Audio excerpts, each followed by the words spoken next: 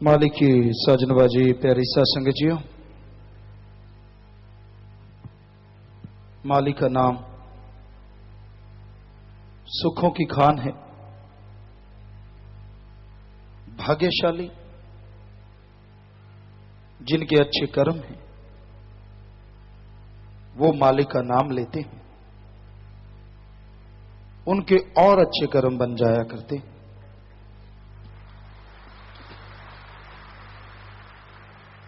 कई बार आदमी के दिलो दिमाग में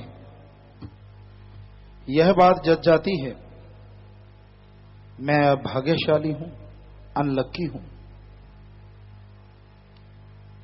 लोग कहते हैं कि मैं सोने को भी हाथ लगाऊं तो वो राख बन जाता है।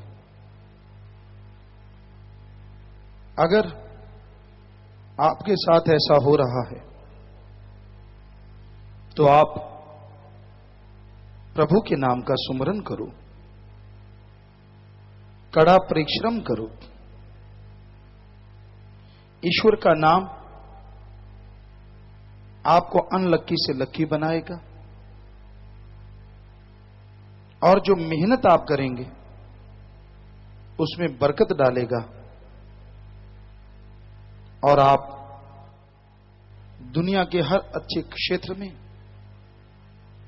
सफलता की सीढ़ियां चढ़ते चले जाएंगे।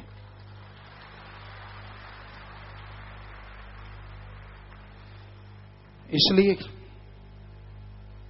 सुमरन भक्ति ऐसा उपाय है जो अनलक्की से लक्की बना देता है, जो बिगड़े हुए कार्य को संवार देता है, रूठी हुई किस्मत को मना देता है। और करना क्या है?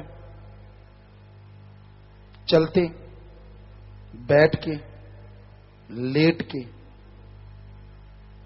शारीरिक अवस्था कुछ भी हो, पर आप जिह्वा से, ख्यालों से मालिक का नाम लेते रहें, प्रभु की भक्ति करते रहें। यकीनन वो मालिक की दरगाह में मंजूर होगी और आप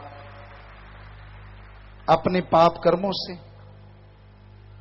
संचित कर्मों से बच जाएंगे। इंसान से जाने अनजाने में गलतियां होती रहती हैं। इंसानियत की राह छोड़ के कभी कभी इंसान हैवान बन जाता है, शैतान बन जाता है, दरिंदा बन जाता है। पर जब उसे होश आती है, पश्चाताप होता है, दुख लगता है, परेशानी होती है, सिर्फ सोचने से, पश्चाताप करने से आप उन पाप कर्मों से, उनके बोझ से नहीं बच सकते। और अगर आप बचना चाहें तो एकमात्र उपाय सुमरन और सेवा।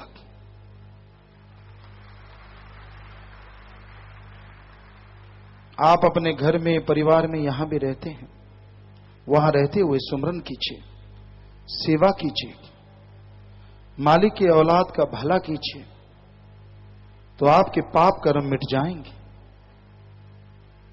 और आप मालिक की कृपा पात्र बन जाएंगे।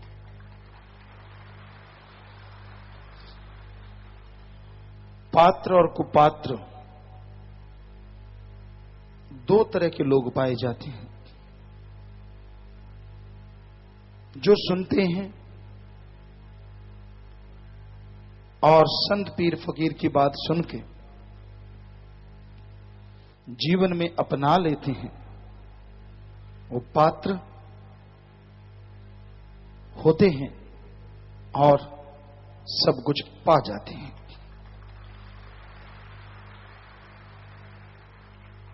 कई सुनते ही नहीं, आते ही नहीं, और मानते ही नहीं, वो कुपात्र होते हैं।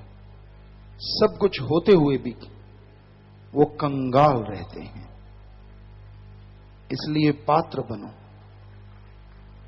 संत पीर फकीर की सुनो और अमल करना सीखो। जैसा समय आता है संत वैसी बात कहते हैं, वो सबका भला करने की प्रेरणा ही नहीं देते, बल्कि भला करते हैं। कई बार संतों की बात जीव को अच्छी नहीं लगती। मनमतों का टोला, मन और माया इंसान को गुमराह कर देती है और उसे संतों के वचन अच्छे लगने बंद हो जाते हैं। समझ लीजिए कि ये आपका भयानक समय है, ये आपके पतन का समय है। विनाश काले विपरीत बुद्धि, हो सकता है आपका विनाश होने वाला हो। मतलब बिजनेस में, व्यापार में, सेहत में दुखद पल आने वाले हों। इन सब से बचने का उपाय, न मन की सुनो, न मनमते लोगों की, सत्संग सुनो और अमल करो। तो वो आने वाला भयानक समय, वो आने वाला पहाड़ चकनाचूर हो जाएगा और आपसे दूर हो जाएगा।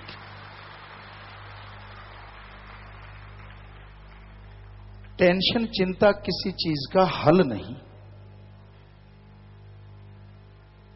टेंशन चिंता से अगर काज संवरते तो आप सारे परिवार को टेंशन पे बिठा दो कि भाई मुझे परेशानी है, सारा परिवार रोने लग जाए, टेंशन में, चिंता में तड़पने लग जाए, क्या होगा? बल्कि आपका बिगड़ा काम और बिगड़ जाएगा और परिवार की सेहत भी और खराब हो जाएगी। चिंतन करो, चिंता ना करो। जो कार्य आप करने जा रहे हैं अच्छा नेक है, फिर भी चिंतन करो, उसके बारे में सोचो, उनके पहलुओं पे नजर दौड़ाओ। आप जो करने जा रहे हैं कितने फायदे, कितने नुकसान हैं। कई नुकसान ऐसे होते हैं जिनकी भरपाई कभी नहीं होती। जैसे आपको दुनिया में फायदा हो जाए, औलाद में फायदा हो जाए, जमीन जायदाद में फायदा हो जाए, लेकिन अगर आप भक्ति से दूर हो जाएं तो वो दूरी का घाटा कोई पूरा नहीं कर सकता। बिजनेस में घाटा पड़ा, ईश्वर की कृपा हो, आप मेहनत करें, कई गुना ज्यादा फायदा ले सकते हैं। इसलिए ऐसा कर्म ना हो जो मालिक से दूर करे, उन कर्म से बचना चाहिए। और जो सत्संग में आते हैं, सुना करते हैं, उनको समझ आती है कि हमें बुरे कर्म नहीं करने, वो बच जाते हैं और मालिक की दया में रहमत के नजारे लूटते रहते हैं।